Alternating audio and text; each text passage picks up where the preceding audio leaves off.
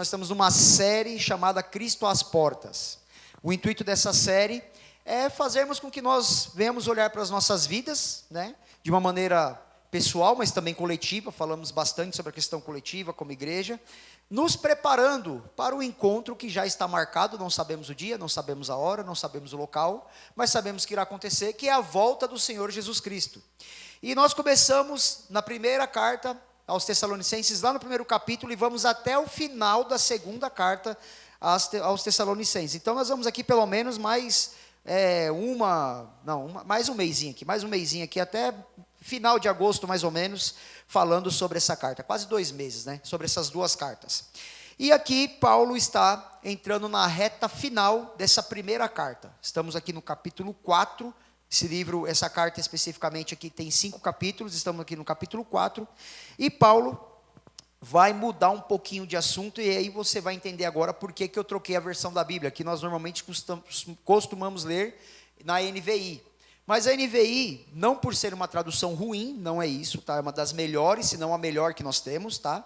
Ela tira um pouquinho do peso de algumas palavras que nessa versão aqui nós temos. Então, uma versão um pouco mais difícil de ler, um pouquinho mais difícil de ouvir, mas fica tranquilo que nós vamos explicar os termos aqui. Mas essa versão traz um peso maior para algumas palavras que devem ser levadas a sério. Ah, pastor, mas a NVI então não leva a sério? Não, leva muito a sério. Mas aqui eu quero deixar com muita clareza o que o texto bíblico nos diz e nos orienta. E por que é importante que nós venhamos entender o peso dessas palavras? Porque Paulo aqui até então, ele está falando muito da questão de como a igreja nasceu, de como ele amava a igreja, de como aquela comunidade se comportava entre eles. Então Paulo está trazendo uma visão mais para dentro da igreja. Aqui agora Paulo vai mudar um pouquinho o viés da carta. Então, visto que nós estamos ouvindo sermões que vão nos preparar para a volta de Cristo, Paulo diz agora: olhe para si e veja como está a sua conduta, porque Cristo está às portas. Você vai ver que no final desse capítulo, que nós vamos começar a discutir a partir do versículo 13, na semana que vem, que Paulo vai fazer com que nós venhamos olhar para frente, para o futuro, para a volta do Senhor Jesus. Então aqui são instruções pessoais voltadas para a vida escatológica do crente. O que é a vida escatológica?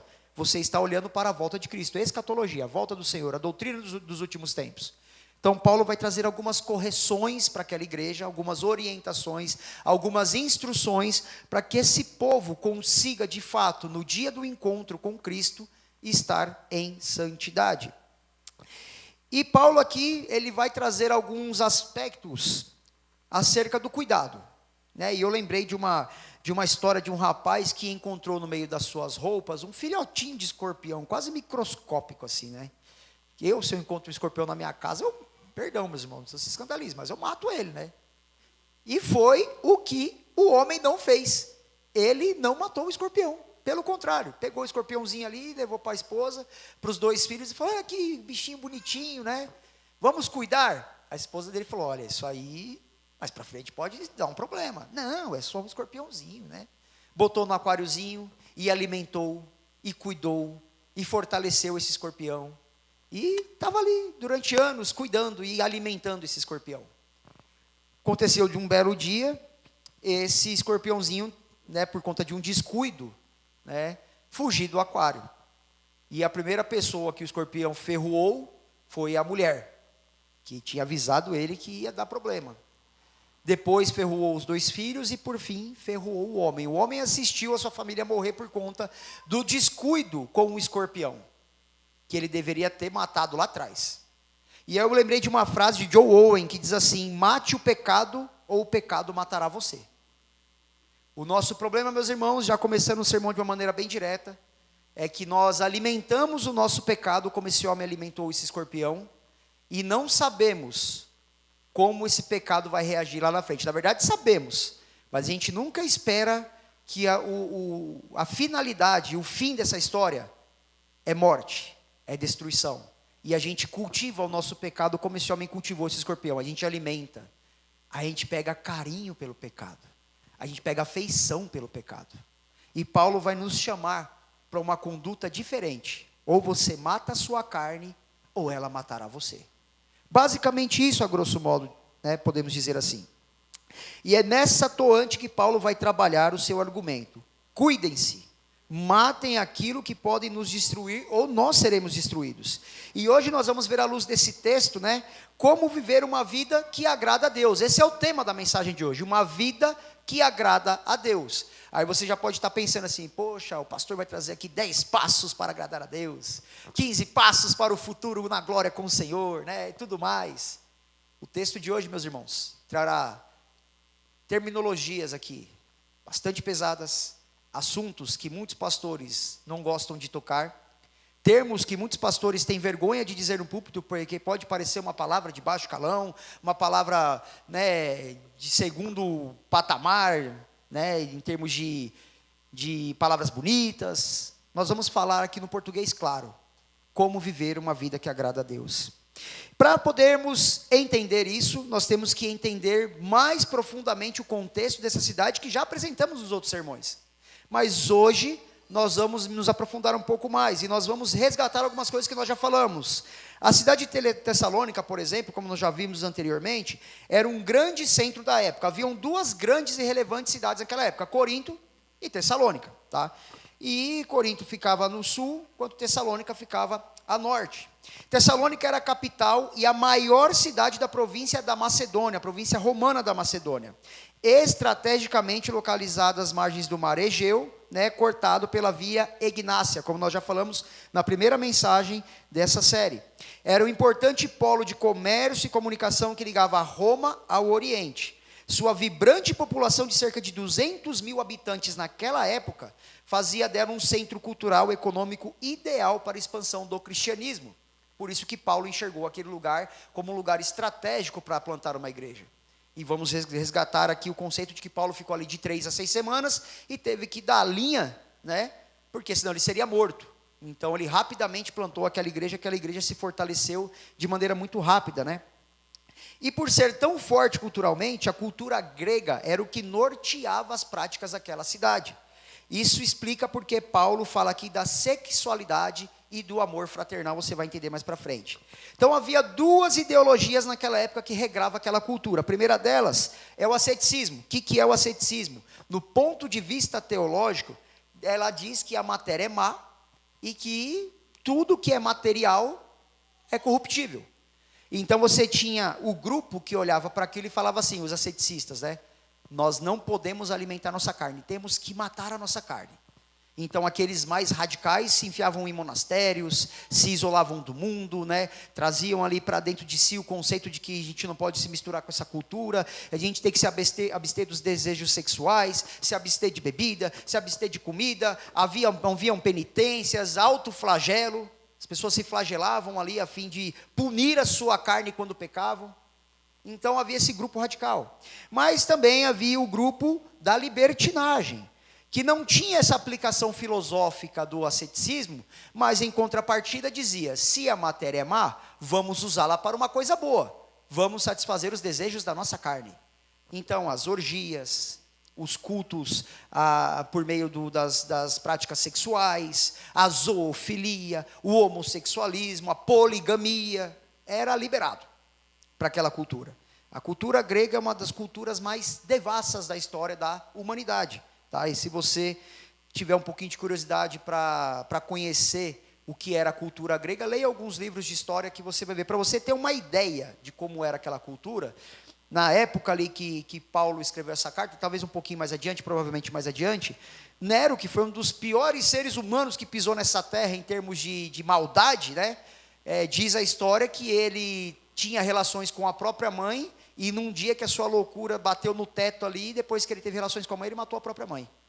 Então ali o incesto era muito cultuado, né? Também a prática sexual entre irmãos, pai, mãe e tudo mais, né? Então veja como era extremamente vulgar aquela comunidade, aquela cultura ali de Tessalonicenses ali, né, do contexto de Tessalonicenses, né? E por isso a influência da grande cultura obrigou a Paulo a orientar a igreja dessa maneira. Paulo começa essa carta dizendo, olha, vocês são bons, vocês se apegaram ao que nós pregamos, vocês ouviram o que nós falamos, vocês seguem uma crescente espiritual, vocês não estão se deixando corromper. Ele traz as orientações para amar aos outros. Paulo amava aquela comunidade por conta disso, e agora Paulo vai dizer, olha, mas eu tenho coisas importantes para dizer para vocês. Tanto é que no verso 1, no verso 1 do capítulo 4, como ele começa o discurso. Finalmente, ou seja, já falei tudo que vocês estão fazendo, já falei o quanto eu amo vocês, já falei o quanto vocês estão se desenvolvendo bem, mas agora, finalmente, quanto mais, em algumas versões, tenho coisas importantes para dizer a vocês. Finalmente, rogamos e exortamos no Senhor Jesus. Iniciando aqui a nossa exposição no verso 1, nós vamos ver que Paulo ele já começa usando palavras de preocupação. Rogamos e exortamos. Como dito inicialmente, Paulo, para encerrar aquela sessão do capítulo 3, ele chama a igreja agora para questões de instrução. Então, Paulo está instruindo aqui a igreja acerca de algumas coisas, né? Finalmente, irmãos, nós rogamos e exortamos no Senhor Jesus Cristo que, como de nós recebestes, quanto à maneira de como deveis viver e agradar a Deus, e efetivamente estáis fazendo, continueis progredindo cada vez mais. Verso 2, porque estáis inteirados de quantas instruções vos demos da parte do Senhor Jesus.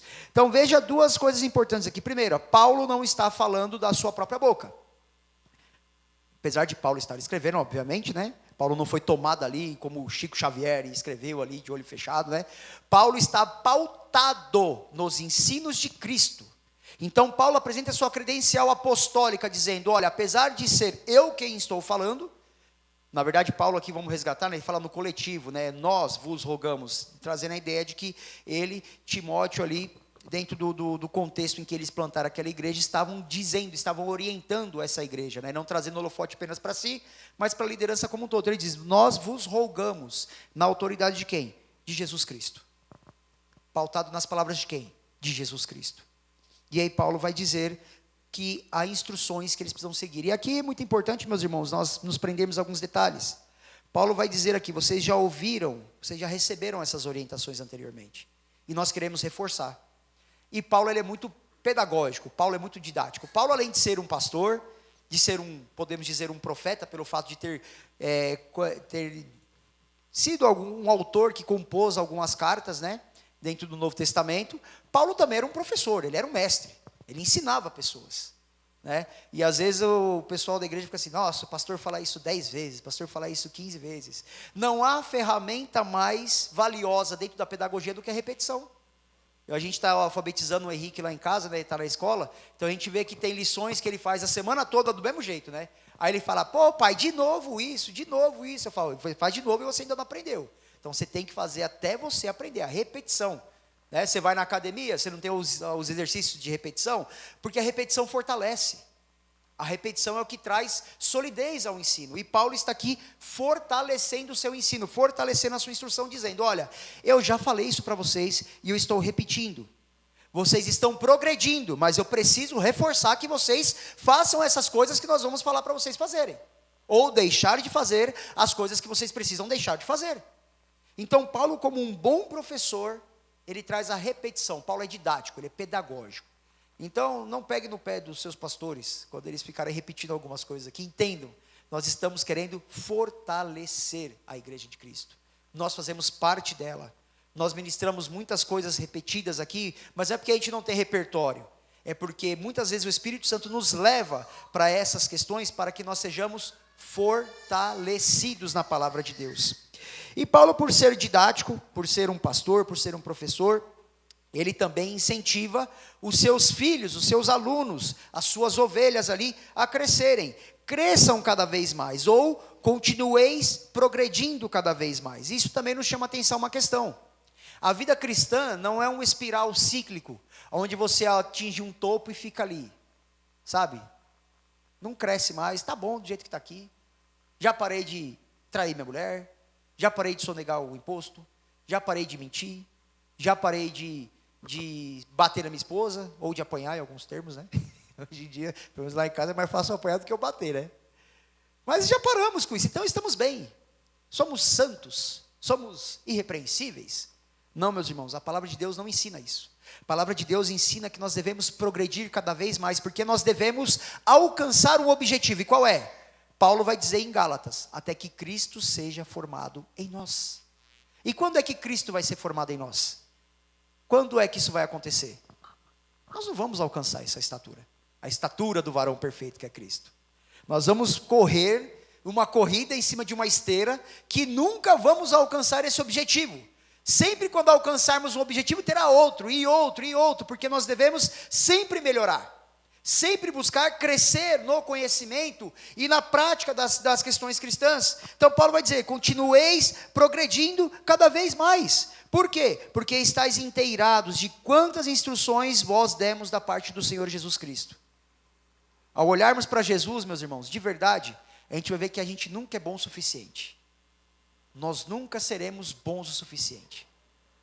Eu trato bem minha esposa, meus filhos são educados, minha família é a família Doriana, né? Aquela família bonitinha que você não vê, você não consegue imaginar o casal brigando, você não consegue imaginar você dando uma chineladinha no bumbum do seu filho, você não consegue imaginar isso.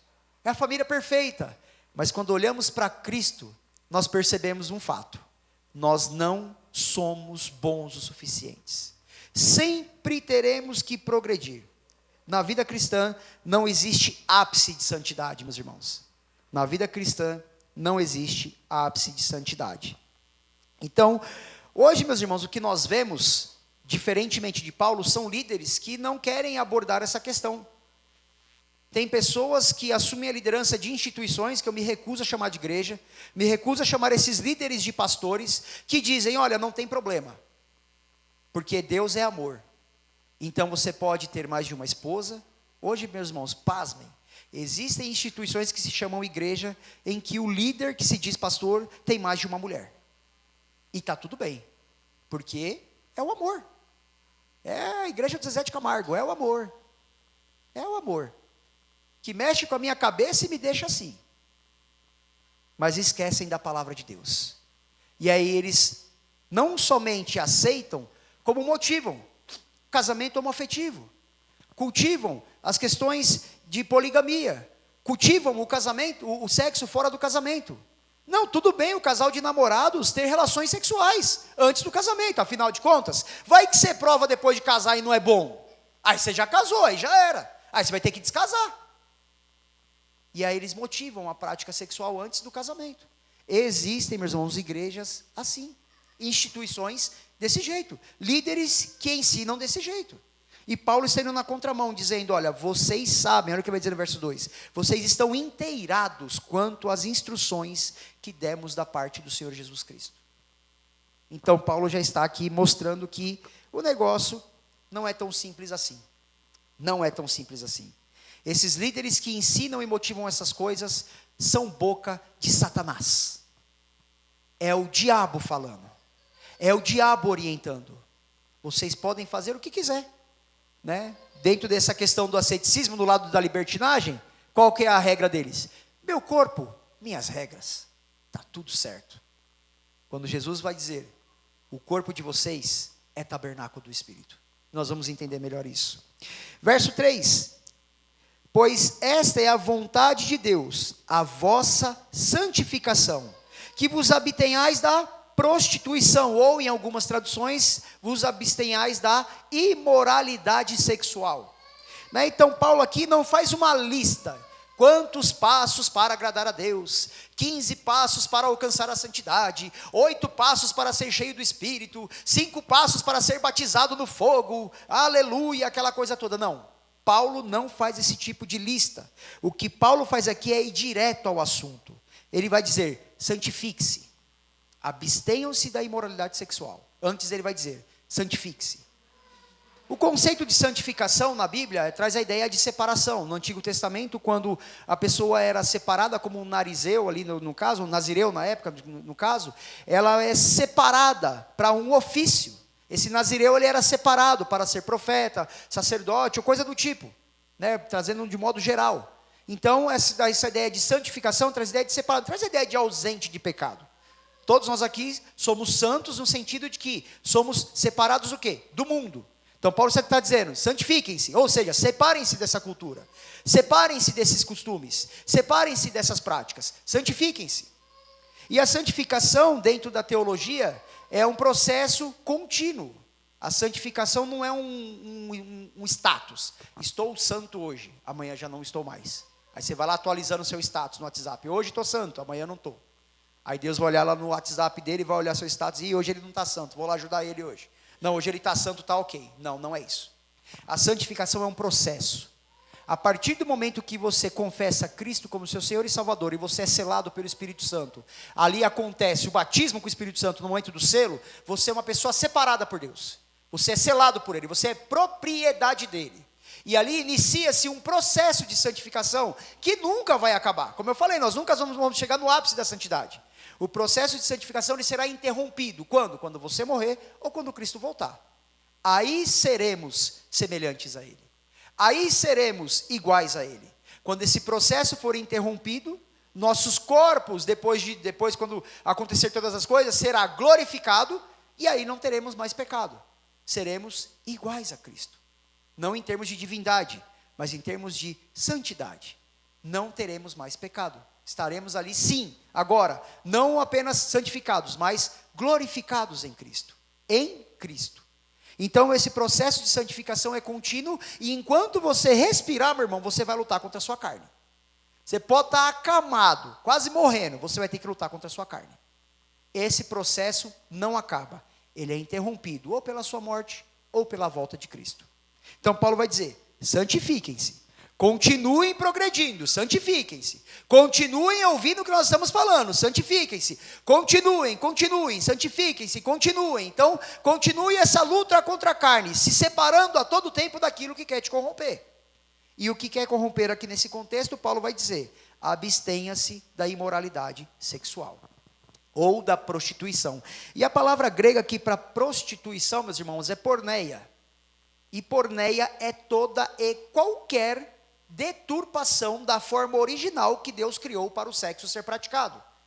Então Deus criou o sexo, e o sexo é bom, mas é bom nos padrões de Deus. Homem e mulher casados, ponto. O que passar disso é prostituição. É simples assim. Não tem conversa com Paulo e não tem conversa com a palavra de Deus. Ou você casa com uma pessoa do outro sexo, ou você entra em prostituição. Simples assim. Aí você pode até falar assim, nossa pastor, como você está pegando pesado? Reclama com Paulo, eu só estou reproduzindo o que ele falou. Não tem nada a ver com isso. Mas uma vez que confessamos a Cristo como nosso Salvador, não dá para pegar só a sacolinha da festa que vem com o docinho, né? Tem um ônus de nós nos negarmos continuamente, como Paulo vai dizer, buscando a santificação continuamente, a fim do quê? De agradarmos a Deus. E Paulo vai dizer no verso 3, essa é a vontade de Deus. Talvez a sua vontade seja de sair pegando geral. Talvez a sua vontade seja de sair daqui e fazer as coisas mais maravilhosas que o sexo pode nos oferecer. Mas não é a vontade de Deus. E a nossa vida não é sobre a nossa vontade. Não é sobre a sua vontade. É sobre a vontade de Deus. Se você quer viver a sua vontade, sinto muito em te dizer, você não é filho de Deus. Você quer viver a sua vontade? Recuse Deus como pai da sua vida. Recuse Deus como Senhor da sua vida. Aí você pode viver a sua vontade. Aí você está livre para viver a sua vontade. Que aí é o que Paulo vai dizer em Romanos 1, né? Aí Deus vos entrega as suas paixões carnais. Porque lá em casa é assim, quando eu sei que o Henrique ou o Pedro vai fazer algo que vai prejudicá-los, eu fico lá impedindo. Quando eu vejo que ele está insistindo muito, já dei esse exemplo aqui em casa. O Henrique tinha mania de ir lá perto do fogão e ficar colocando a mão nas panelas. E eu falava, Henrique, você vai queimar a mão. Henrique, você vai queimar a mão. Aí teve uma vez que eu tinha acabado de fazer um negócio lá, e a grelha... Calma, gente, aí eu não queimei meu filho, tá? Eu não sou... não sou adepto de Moloque, não falar queimei meu filho do fogão, não. Mas eu sabia que a grelha não estava tão mais quente lá do fogão. E eu falei, eu vou deixar. Aí ele foi lá e botou a mão. Ele botou a mão ali. Falei, viu? Eu entreguei. Eu deixei, é isso que você quer? Então vai. E é assim que Deus faz com aqueles que não ouvem o Pai. É isso que Deus faz com aqueles que não querem Deus como Pai. Sai debaixo da vontade dele, é a tua vontade que prevalece. E aí você vai ver onde você vai parar, onde eu vou parar. Por isso que são instruções a serem seguidas. Abstenha-se da imoralidade sexual. Isso faz um link com a cultura da época. Promíscua. Nero tinha relações com a mãe. Orgias. Zoofilia. A porneia comia solta ali. Era um horror, para não falar outra coisa. E se santificação significa ser separado, meus irmãos, Paulo está dizendo, separem-se dessa cultura. Se abstenham dessa imoralidade. Naquela época, meus irmãos, era muito comum, né? Trazendo aqui mais um pouco do contexto, os imperadores terem amantes homens, para se ter uma ideia. Eles eram casados com mulheres, até para garantir a posteridade ali, né? Da geração. Mas os amantes dos imperadores naquela época, dos líderes, não eram outras mulheres. Também eram, mas eram homens. Para você ver o tamanho da imoralidade. E hoje, meus irmãos, não está tão diferente assim. Talvez a gente não viva num contexto romano, né, desse grego, dessa época, né?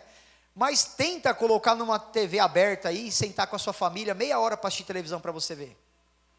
Eu fico abismado, meus irmãos, de verdade.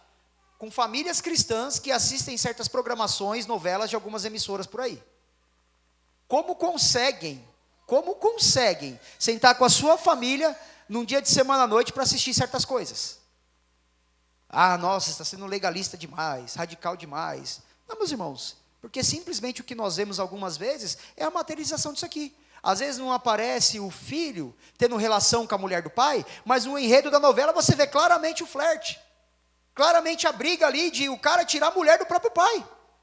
E como eu não me espanto com isso? Porque Paulo já relatou isso aí lá em 1 Coríntios 5, né? Havia um rapaz na comunidade que tinha relações com a esposa do próprio pai, e a igreja achava bonito, isso que é o pior. Paulo vai dizer, nem os pagãos concordam com essa coisa.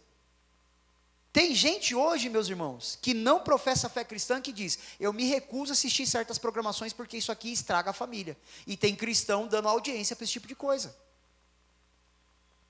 Deixa eu te falar uma coisa, a imoralidade sexual, ela não entra só na prática com o seu corpo, não. Aquilo que você abastece a sua mente, com o que você vê, também é imoralidade sexual. Às vezes não é um filme pornográfico explícito, mas às vezes é algo que cultiva a deturpação da família e das práticas sexuais que agradam a Deus. E é importante a gente ressaltar aqui, meus irmãos, a imoralidade sexual, ela é pautada do desejo desenfreado da carne, mas foi Deus quem criou o desejo sexual. Desejar o sexo não é pecado, desde que você entenda que você não vai casar apenas para ter sexo, e desde que você entenda que o sexo é feito apenas para aquele contexto, homem e mulher casados. Eu costumo brincar dizendo que Deus criou coisas boas, como o desejo sexual, né? Assim como Deus criou o arroz e foi lá jogar uva passa no arroz, né?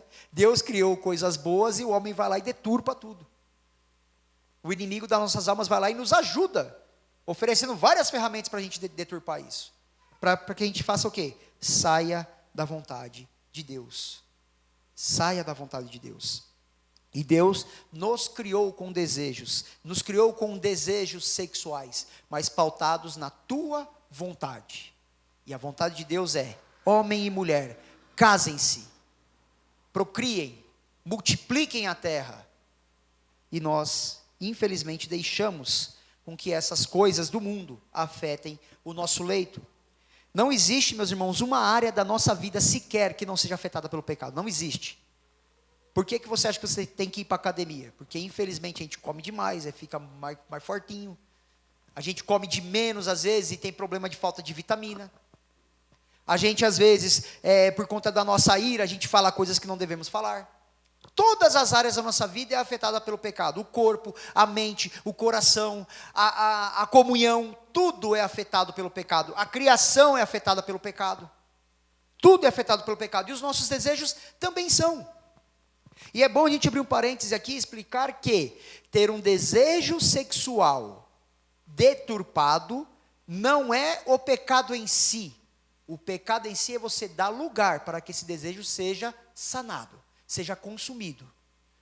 Então vou explicar para vocês o que eu estou querendo dizer.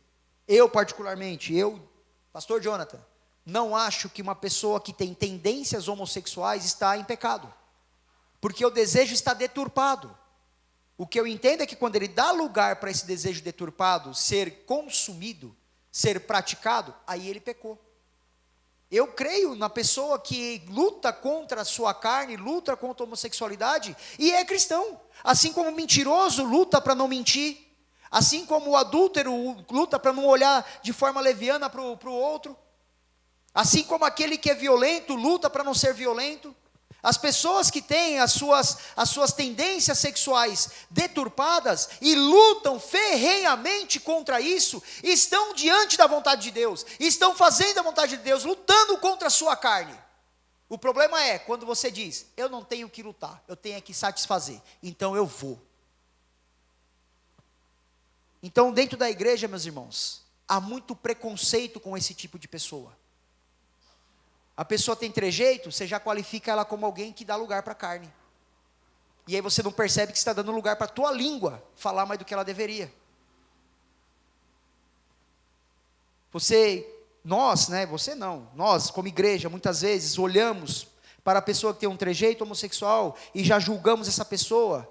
E esquecemos que muitas vezes nossos olhos visitam partes do corpo de outra pessoa que não é para estar visitando. Mas ninguém aponta eu e você como adúltero, como imoral. Mas aponta o irmão que luta todos os dias pedindo para o Senhor, me ajuda a não cair nesse pecado. Aí os irmãos que assumem o celibato, porque sabem, para quem não sabe o que é celibato, é quando você escolhe não se relacionar com ninguém e viver uma vida solteiro. E escolhem para glorificar a Deus viver uma vida de renúncia sexual. A igreja ainda aponta e fala, o virgão. O molão. Nós temos que ter vergonha na cara, meus irmãos, e entender que o nosso papel como igreja é acolher essas pessoas que têm dificuldade de vencer essas tendências carnais. Acolher pessoas que lutam contra a homossexualidade, mas não assumem o papel homoafetivo porque eles sabem que está indo de contra ao Senhor. Esses dias eu vi no Instagram um react, que o pessoal fala aí, de um pastor mostrando um rapaz que era homossexual e foi entrevistado por uma pessoa homossexual, e quando a pessoa viu, ela falou assim, você é do nosso time. Aí ele falou assim, não, eu sou cristão. E aí ele tentou de todas as formas ali, levar o rapaz ali a uma reação ali que meio que envergonharia, ou faria ele se revelar ali, sair do armário. E ele falou assim, não, eu sou homossexual, mas eu sou cristão. Eu não tenho nenhum tipo de companheiro. Ele falou assim, eu me guardo porque eu sei contra o que eu luto. E você vê, meus irmãos, que a gente como igreja se comporta como os caras lá fora, querendo deturpar a identidade dessas pessoas. Aí a pergunta que eu te faço é, Cristo está às portas, como você tem cuidado desse povo? Se entrar aqui agora, meus irmãos, um homossexual, um travesti, arrependido, uma prostituta, como nós vamos nos comportar como igreja? Se sentar do seu lado aí, como você vai se comportar? Como nós vamos nos comportar? Cristo está às portas. E para essa pessoa se achegar a Ele, ela vai precisar passar por aquela porta ali. Sentar do seu lado, ouvir o Evangelho e ser acolhido por mim e por você. Se nós formos seletistas em quem nós vamos abraçar, não reclame se Deus for seletista com quem Ele vai levar para a glória. Ele tem o padrão de eleição dele que eu não sei qual é.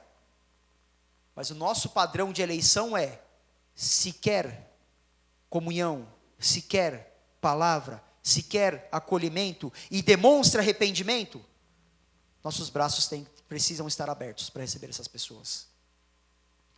O desejo homossexual precisa ser controlado. O desejo heterossexual precisa ser controlado.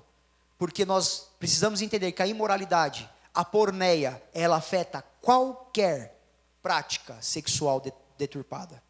Não é apenas o homossexualismo. O heterossexualismo deturpado também ofende a santidade de Deus. Também ofende a santidade de Deus.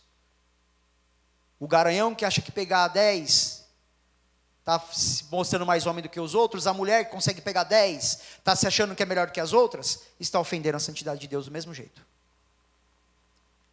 Paulo vai dizer, continuem progredindo, santifiquem-se e se abstenham dessas coisas.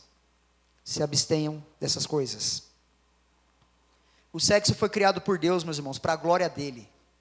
E o primeiro passo que nós devemos dar para que venhamos glorificar a Deus com a nossa vida sexual é deixando de fazer o que é errado.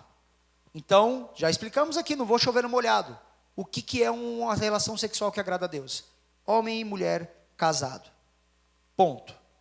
Então, já aprendemos que tudo que é fora disso está errado. Agora vamos dar o segundo passo.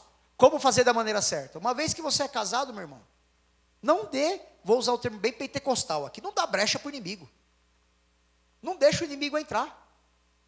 Existem, meus irmãos, homens, principalmente homens, que fazem da sua mulher, eu vou usar um termo bem pesado aqui, que foi usado aqui no culto de casais, aqui no encontro de casais, que fazem da sua mulher um depósito de esperma, ou seja, só quero satisfazer a minha carne, vem aqui que eu quero depositar em você aquilo que eu não quero mais em mim. Isso deturpa o casamento verdadeiro que agrada a Deus. Usa a mulher como um objeto, não fala um eu te amo, não faz um carinho, não dá um presente, não cuida da mulher a semana toda, e chega à noite quer que ela esteja lá, prontinha para você. Meu cordeiro está lá na minha cama me esperando. Vou consumi-la agora. Isso não agrada a Deus. E existe, por outro lado, problemas no casamento onde a pessoa se abstém, sem o consentimento mútuo. E aqui nós temos que abrir aqui os parênteses para questões de saúde, questões relacionais, questões financeiras, que isso afeta muito. Mas existem aqueles que deliberadamente escolhem simplesmente não ter relações com o seu cônjuge. Mas sabe o que eu falei do da brecha? Meus irmãos, Satanás tem sempre um prato preparado para matar sua fome. Ele sempre vai ter um prato preparado para matar sua fome. Você está com fome de alguma coisa que aonde você pode saciar não está tendo? Não se preocupe, Satanás vai ter. E aí, se nós não continuarmos progredindo cada vez mais na santidade, nós vamos comer o prato do Satanás. Cristo está às portas, mas Satanás está lá no nosso quintal, muitas vezes brincando com a gente. Sabe a história do escorpião que eu falei lá atrás, no início do sermão? Tem coisas, meus irmãos, que precisam ser mortas na nossa vida, e a gente fica cultivando e cultuando. Versos 4 e 5. Que cada vez, ele vai dizer aqui, santifiquem-se, abstenham-se da prostituição, e que cada um de vós saiba possuir o próprio corpo em santificação e honra, e não com um desejo de lascívia, como uns gentios que não conhecem a Deus. Veja que mais uma vez ele vai dizer, que é a vontade de Deus e os gentios que não conhecem a Deus. Então ele vai dizer aqui assim, ó, cada um de vós saiba possuir o próprio corpo em santificação e honra. O Novo Testamento trata o corpo de duas formas. Uma delas que é pouco usada, mas é muito bom trazer aqui, porque cabe aplicação também, tá? É quando ele compara o vaso, aqui no caso, quando o corpo aqui no grego literalmente quer dizer vaso, tá? Então, quando ele trata o vaso, né, na forma comparativa entre homem e mulher, ele usa isso lá, na primeira carta de Pedro, capítulo 3, verso 7, vai dizer que a mulher é o vaso frágil. Então, ele traz o comparativo entre o homem e a mulher. Então, ele vai dizer aqui, ó, cada um saiba possuir o seu próprio corpo, ou vaso em santificação. Se formos aplicar dessa forma, que para mim não é o contexto correto, mas dá para fazer uma alegoria aqui, como nós dizemos na teologia, cada homem, cada mulher, cuide do seu próprio corpo, ou seja, do seu próprio vaso com honra e com santificação, ou seja, cuide do seu cônjuge com honra e santificação. Não trate o vaso que Deus te deu para cuidar como um pinico, onde você despeja todas as suas impurezas dentro dela, ou dele. Trate o seu vaso com honra, honre a tua esposa, honre o teu marido, honre o teu casamento. Se formos levar da outra forma, que eu acho que o contexto aqui está mais correto, que o Novo Testamento usa, a palavra corpo aqui, ou vaso, traz a ideia de um receptáculo. E o que a palavra diz que o nosso corpo é? Tabernáculo do Espírito. Nós não somos seres viventes apenas que andam por aí. Há um Deus que habita em mim e em você. Há um Espírito que habita em mim e em você. E Paulo vai dizer aqui, ó, cada um de vós saiba possuir, ou seja, usar o seu próprio corpo com santificação e honra. Aonde você acha que está Deus quando você deturpa a prática sexual? Com masturbação, com prostituição, com adultério. com a sua mente poluída, aonde você acha que está o Senhor? Assistindo tudo o que nós fazemos. Se isso não pesa no teu coração, meu irmão, você está nesse texto aqui, ó. Não conhecem a Deus.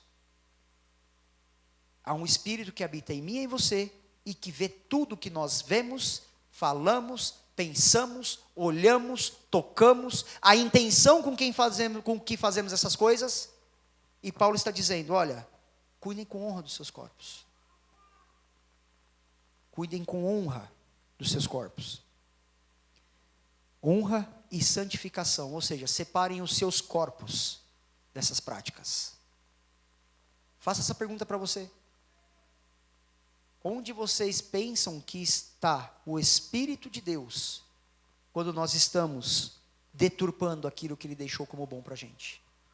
E meus irmãos, casamento na Bíblia é uma coisa tão séria, mas tão séria, que Deus compara a sua volta, a volta do teu filho com um casamento.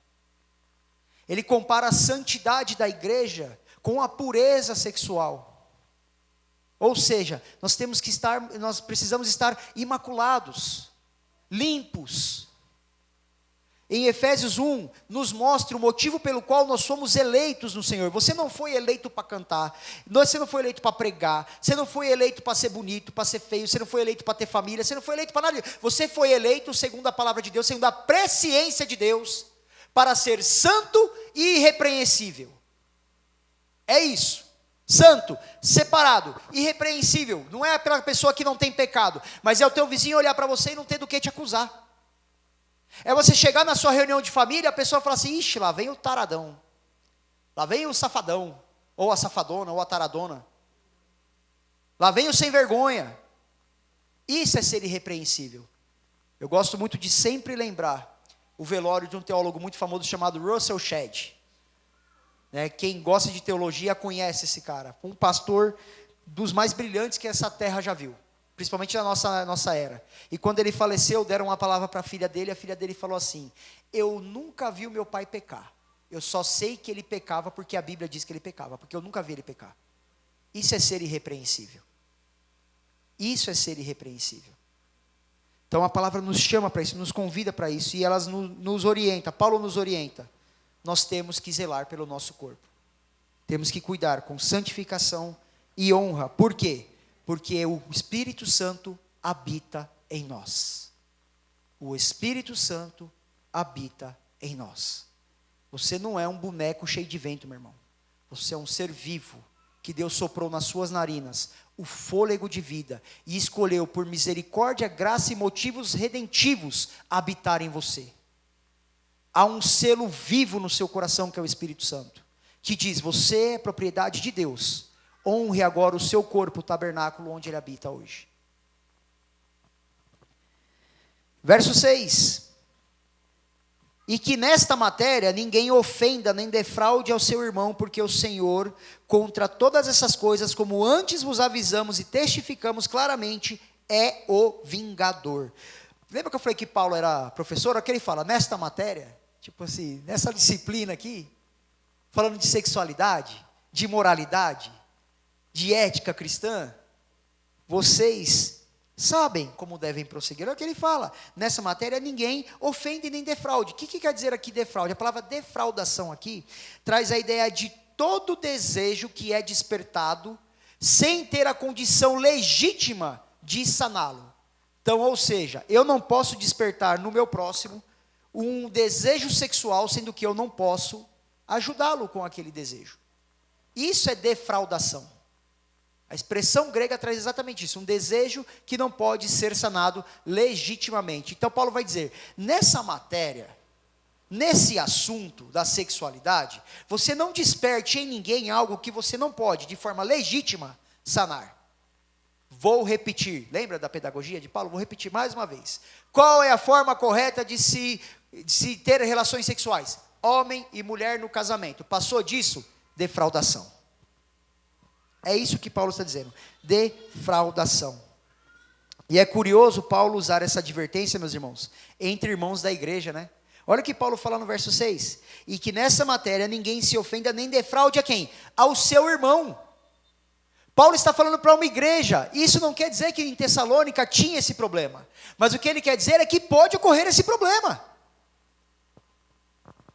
E é triste, meus irmãos, é triste nós vermos como alguns rótulos religiosos, eles são vinculados a coisas ruins. Antigamente, o pastor tinha fama de ladrão. Por isso que eu até falo aqui na igreja, eu não quero ter contato com o dinheiro da igreja. Por isso que tem o Bruno e o Rafa que cuidam dessas coisas. Pastor e dinheiro não se combina.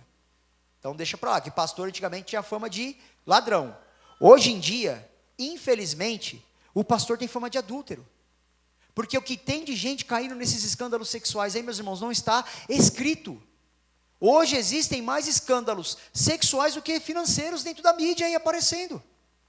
Então Paulo vai dizer, quanto a esse assunto, meus irmãos, não defraude, nem ofenda o seu irmão. Não desperte no seu irmão o desejo que você não pode de forma legítima, ajudá-lo a consumir. Não defraude o seu irmão. Não defraude o seu irmão. Meus irmãos, a sexualidade ela é muito pesada dentro das Escrituras. Ela derrubou o homem segundo o coração de Deus. E não vai derrubar eu e você. Eu vi na internet que somos tudo tonto. E o homem segundo o coração de Deus foi derrubado. E a gente se acha santo demais para tentar enfrentar qualquer tentação, para achar que uma palavra doce para uma irmã ou para o irmão não vai defraudar o coração dela ou dele. Vigiem, continuem progredindo, se abstenham da imoralidade sexual, honrem os seus corpos com santidade e não defraudem a ninguém. Cuidado com o que você fala para o irmão ou para a irmã. Cuidado com a forma com que você abraça, com que você cumprimenta. Meus irmãos, infelizmente conheço pastores que quando vai cumprimentar o irmão parece que está pegando uma pá de pedreiro, mas quando vai cumprimentar a irmã, parece que está abraçando, sei lá o quê. Defrauda. Eu conheço uma pessoa que é apaixonada pelo pastor dela, e ela tem certeza que ele ama ela, e está com o coração destruído por causa disso. Não estou dizendo que ele fez algo assim ou assado, mas, meus irmãos, tomem cuidado com a forma que você cumprimenta, com o que você fala. Não defraude ninguém. Às vezes pode não ter a intenção, mas não defraude a ninguém.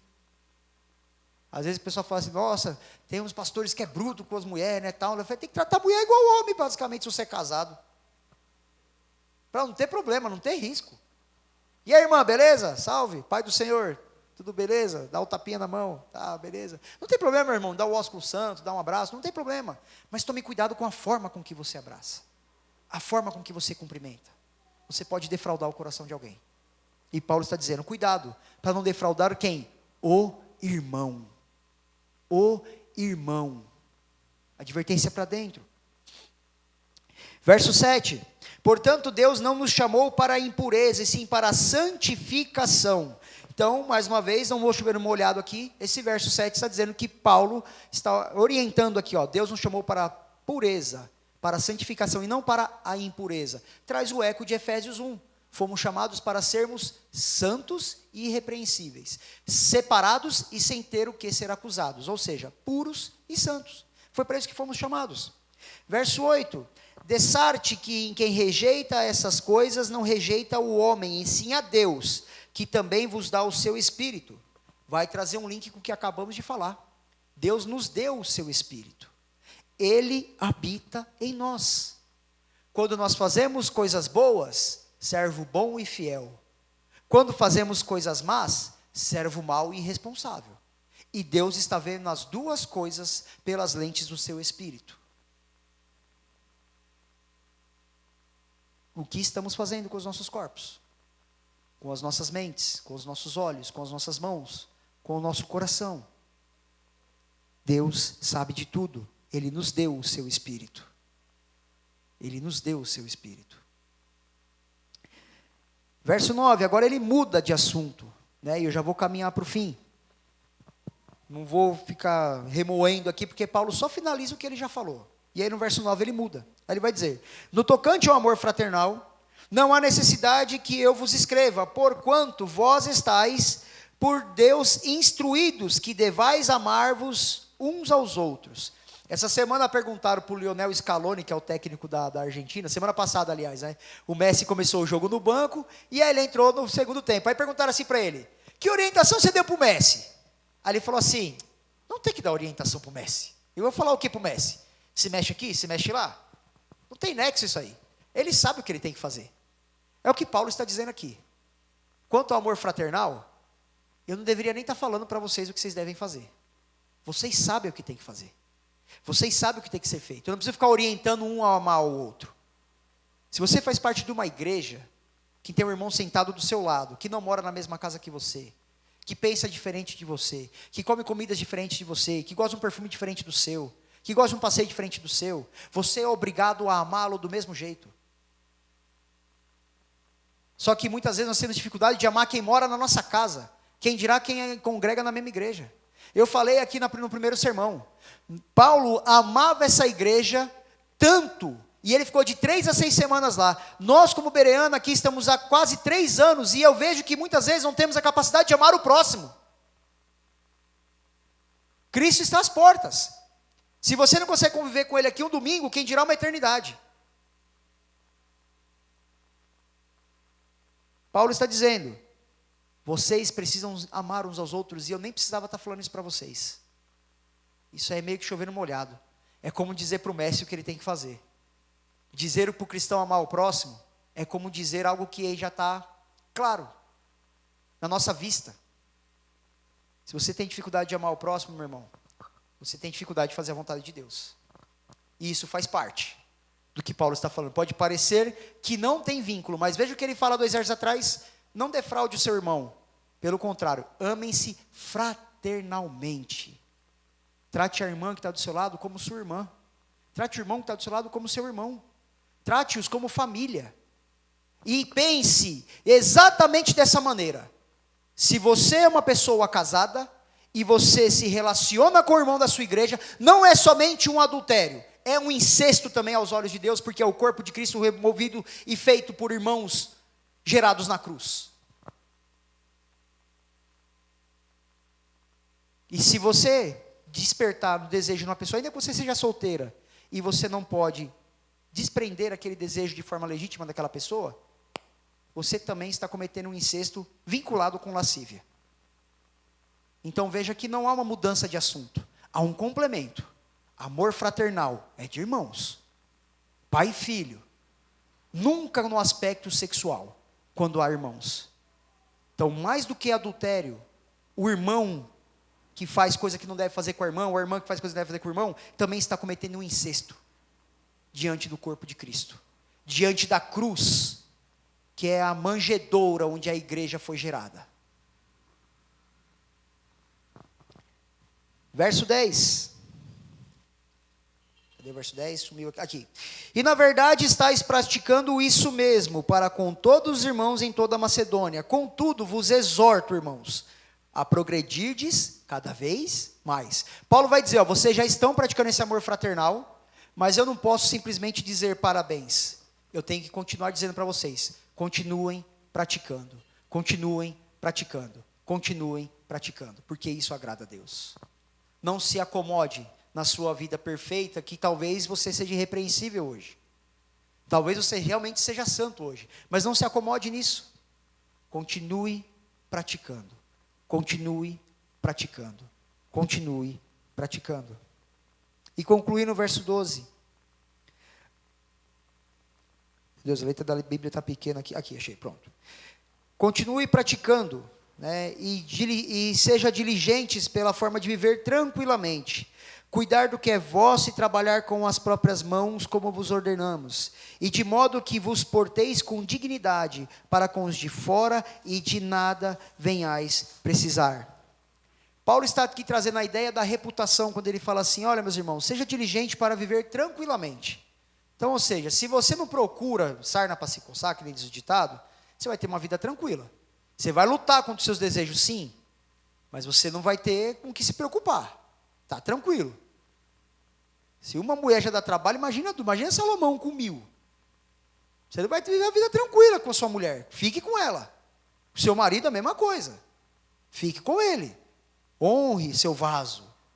Santifique o seu vaso. Cuide daquilo que Deus te deu. E ele vai continuar. Cuide do que é vosso, trabalho com as próprias mãos. Ou seja, Paulo está dizendo, continue a trabalhar. A gente vai entender esse contexto um pouco mais para frente. Mas a ideia aqui é que os irmãos de Tessalônica aguardavam a volta de Cristo de uma forma tão iminente, tão rápida, tão imediata, que alguns pararam de trabalhar. Então Paulo está dizendo, não fique escandalizando os irmãos aí, parando de trabalhar, achando que Cristo vai voltar. Continuem a trabalhar. Tenha uma vida tranquila, não parem de trabalhar. Nós vamos ver isso um pouco mais para frente na série. Cuide do que é vosso, trabalhe com as próprias mãos, como vos ordenamos, de modo que vos porteis com dignidade para os de fora. Aí a pergunta que eu te faço aqui, meu irmão, você não precisa responder, mas pergunte a si mesmo. Como os de fora estão te enxergando? Como os de fora está vendo o Senhor Jesus Cristo? Há um ditado que diz aí que às vezes a única Bíblia que a pessoa vai ler é a sua vida. O que você tem revelado de Cristo para essas pessoas? O que você tem revelado de Cristo no seu trabalho, na sua família, no seu hall de amigos? Como as pessoas têm rotulado a sua conduta?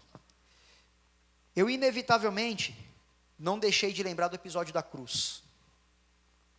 Quando o Senhor Jesus Cristo, Ele entrega o teu espírito, um dos guardas, que certamente estava ali entre todos que zombaram, bateram, machucaram o nosso Senhor, juntamente com os ladrões da cruz, a todo momento dizia, se você é, se você faz, se você é quem você diz que é, faça isso, faça aquilo.